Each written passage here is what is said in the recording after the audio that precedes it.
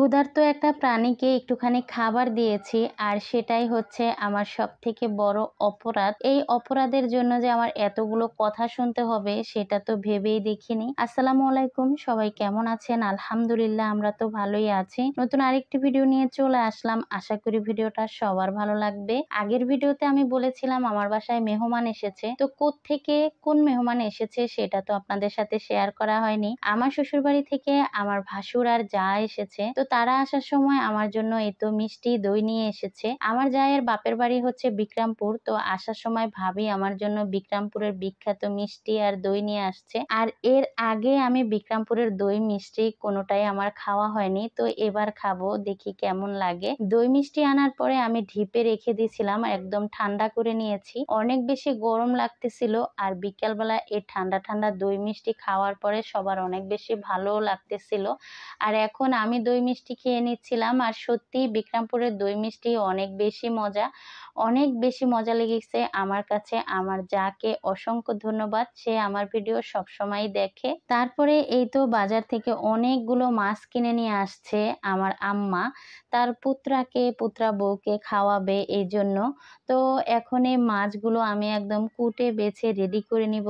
অনেক বেশি গরম লাগতেছিল, আর এই গরমের ভিতরে আমি কিভাবে যে কাজ করতেছি, আমি তো এই মাছগুলো কাটতে একদম ঘামে ভিজে যাচ্ছিলাম। এইখানে তো এই তো রুই মাছ, পাঙ্গাস মাছ, তারপরে হচ্ছে চিংড়ি মাছ, তারপরে হচ্ছে এই তো নলা মাছ নিয়ে আসছে। তো এই সবগুলো মাছ কুটে বেছে ধুয়ে একদম রেডি করে নিয়েছি, আর এখন চলে আসলাম রান্না করতে।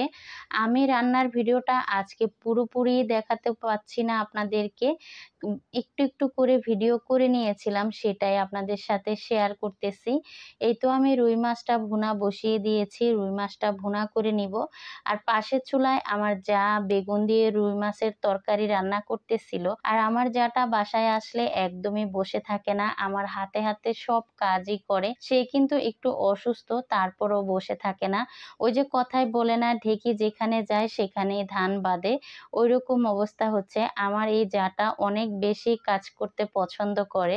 তারপরে দুই যা মিলে সব রান্না বান্নাগুলো করে নিয়েছি, আর খাওয়া দাওয়া শেষ করে আমরা একটু রেস্ট নিয়েছিলাম। আর আমরা একটু বাইরে ঘুরতে যাব, অনেক বেশি রোদটা একটু কমার পরে আমরা বেরিয়েছিলাম। তো এই তো এই পার্কে চলে এসেছি ভাবিদেরকে নিয়ে, এখন একটু ঘোরাঘুরি করতেছি, আর অনেক বেশি আনন্দ হচ্ছিল, সবাই মিলে অনেক বেশি মজা করতেছিলাম। তারপরে এই তো আমাদের বাসার কাছেই রেল লাইন আছে, তো আমার জায়ের মেয়েটা বলছিল যে একটু ট্রেন দেখবে, তার জন্য এই তো আমরা রেল লাইনে এসেছিলাম। আর একটু বসে থাকার পরেই তো ট্রেনটা চলে এসেছে, তো ওকে একটু ট্রেনও দেখিয়ে নিলাম। তারপরে তো এখন আমরা বাসায় চলে যাচ্ছি, আর অনেক বেশি গরম লাগতেছে, কিছুই ভালো লাগতেছিল না। ভিডিওর শুরুতেই বলেছিলাম এই বিড়ালটাকে একটু খাবার দিয়েছিলাম। এই বিড়ালটা আসলে কোথায় থেকে আসে আমি নিজেও জানি না, কিন্তু ও সবসময় আমার বাসার সামনে এসে একটু খাবারের জন্য অনেক আকুতি মিনতি করে, মানে অনেক ভাবে বোঝানোর চেষ্টা করে,